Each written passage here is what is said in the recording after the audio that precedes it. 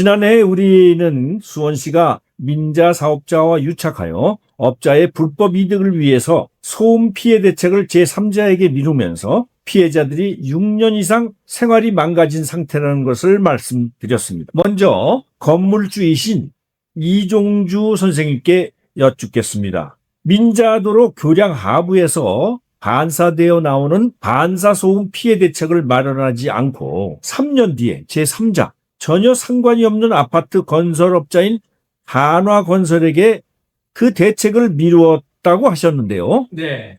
수원시가 이런 말도 안 되는 정책으로 민자 사업자에게 준 혜택이 무엇인가요? 민자 사업자는 소음 대책을 마련해야 되고, 그러려면은 제가 전문가를 초치해서 자문을 받아보니까 최소 100억에서 200억 정도의 비용이 들어갈 거다라고 말했습니다. 그럼 그만큼 부당 이득을 준 거죠.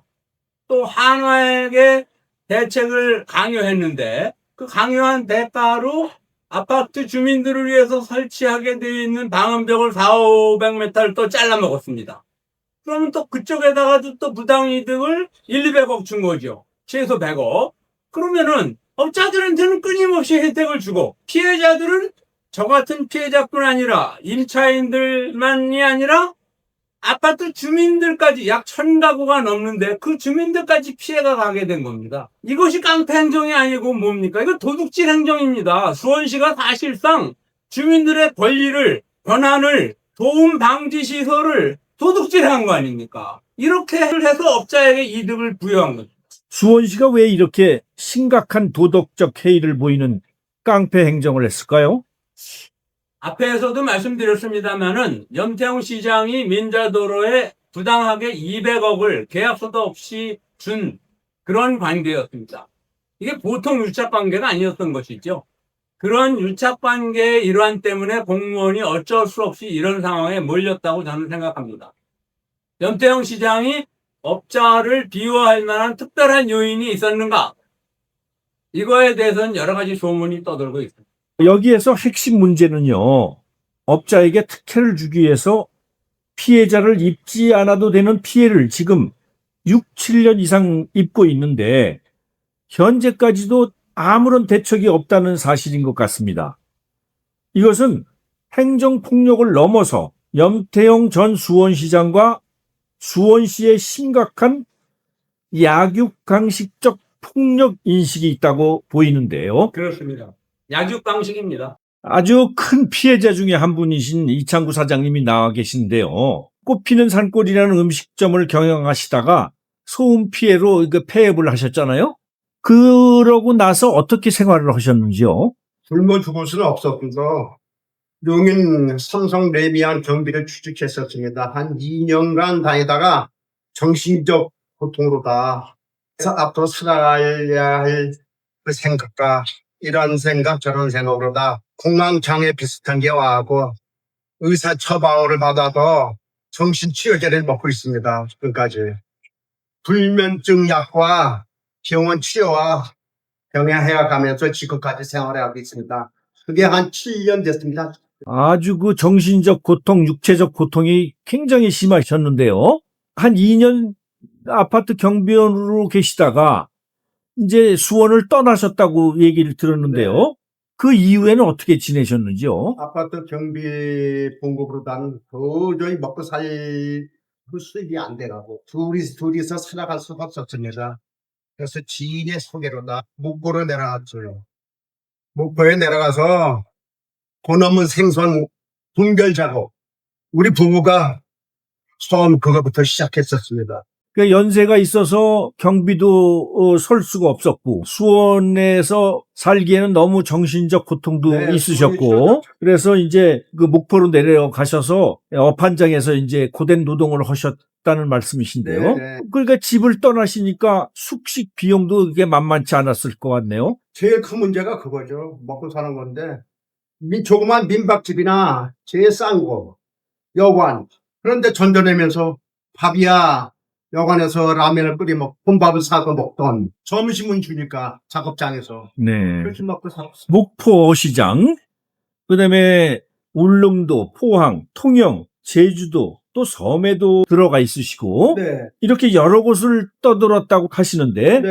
한 곳에 자리 잡지 못한 이유가 있습니까? 아, 예. 저희는 하루에 일한 만큼의 수입이 되기 때문에 조금 더 준다고 그러면 자리를 옮기고 그 교통의 생활이 그렇더군요. 그래서 그 사람들 따라다니면서 이곳저곳 옮겨갔습니다. 한 푼이라도 더 벌어보려고 그렇게 다녔습니다. 그렇게 노동을 하시다가 중간에 다리 수술까지 네. 하셨다고 들었는데요. 네. 언제 그러셨습니까? 2023년도에 4월 달에 수술했습니다. 양쪽 인공 관절을 삽입을 했죠. 그러고서 한 1년을 쉬었습니다. 거동이 안 돼갖고 그러면 병원 수술비는 어떻게 충당을 하셨나요? 아는 지인한테 좀 빌리고 그동안 모아뒀던 몇백만 원 보태라고 해서 저 수술비로다. 저 생활비를 다 수술비로 충당하신 거네요. 네. 아, 생활이 참 어려우셨겠네요. 죽지 못해 사는 거죠. 사모님께서는 어디 편찮은 데는 없으십니까? 아유, 왜요? 많이 생겼죠. 고혈압, 당뇨, 없은 당뇨, 고혈압, 뭐, 지혈증, 뭐, 이런 거.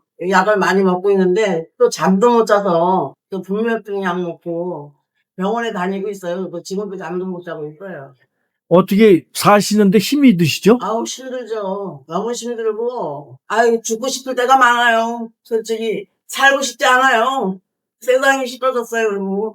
그 수원 씨가 참 원망스럽겠네요. 원망스러워요, 진짜. 예, 그러시죠. 예. 예. 수원 와가지고 너무 억울한 점이 많으셔가지고. 진짜 분하고 네. 그래요 진짜. 네. 아, 지금 제가 들으니까 참 그 마음이 저도 참 가슴이 아픕니다. 특히 어떤 점이 억울하신지요? 제가 수원이 고향인데 외지에서 장사를 했다가 나이 먹어서 고향 쪽으로 오고 싶어서 고향으로 왔는데 고향에 와서 한번 열심히 살아갖고 노후를 보내려고 했는데 이 지경이 돼갖고 너무 억울해져. 저희는 눈꽃만치도 생각을 안 해주고 이렇게 있으니 답답하고 죽고 싶은 심정입니다. 우리가 무슨 죄가 있습니까? 장사하는 죄밖에 더 있습니까? 없는 사람 먹고 살라고 장사하는데 시에서 이렇게 해도 되는 건지 진짜 모르겠어요. 너무 억울합니다 진짜.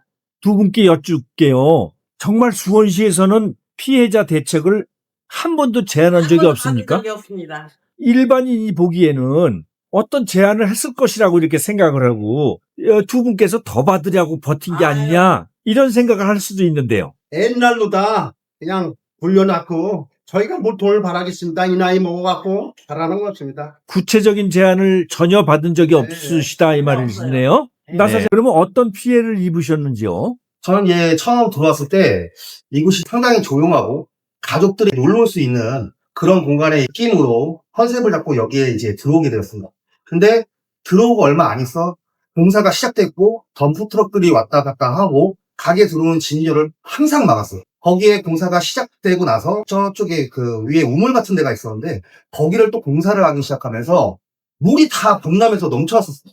비가 오는 시기. 저 가게에서도 정말 비 많이 올 때는 몇 번 잠복을 했었어요. 이 물이 넘칠까봐.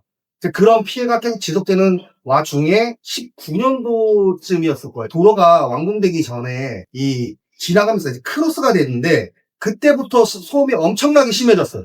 그 전부터 민원을 냈지만 그 후에도 소음 민원을 계속 내고 있습니다. 근데 수원시에서는 뭐라고 했냐 나한테 너는 우리가 공사한 후에 들어왔다. 공사가 시작하고 나서 들어왔기 때문에 너한테 해줄 게 없다. 근데 사실상 이게 틀린 게 무엇이냐면 최종적으로 제일 중요했던 건 뭐냐면 이제 토사나 이런 것들은 다 공사가 끝나면 저는 사라질 줄 알았어요.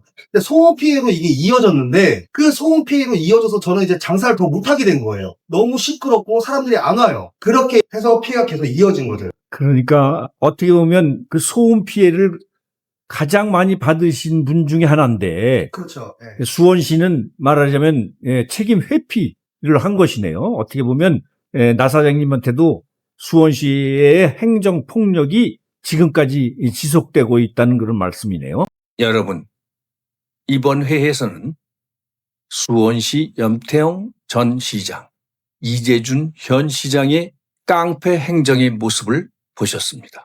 민자 사업자에게 소음 대책 비용 100억 이상을 면제해주고 그 책임을 대신 떠맡은 아파트 건설업자에게는 또 입주민용 방음벽을 잘라먹게 만든 수원시. 이러한 업자 유착 행위 때문에 만들어진 피해자들, 그들을 6, 7년간 방치하고 있는 수원시.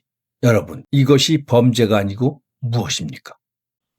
공산주의 사회에서도 있을 수 없는 모습이 민주당 수원시에서 벌어지고 있습니다. 장사하던 70대 노부부는 전국을 떠돌며 노동을 하고 병치레를 하고 죽고 싶다고 말하고 있습니다. 40대 가장은 파산지경이라고 합니다. 여러분, 이들이 장사한 게 죄입니까? 염태영, 이재준 전 현직 시장님, 왜 두 분은 이런 깡패 행정의 주인공이 되셨습니까? 두 분은 죽고 싶다는 이분들의 눈물이 보이지 않으십니까?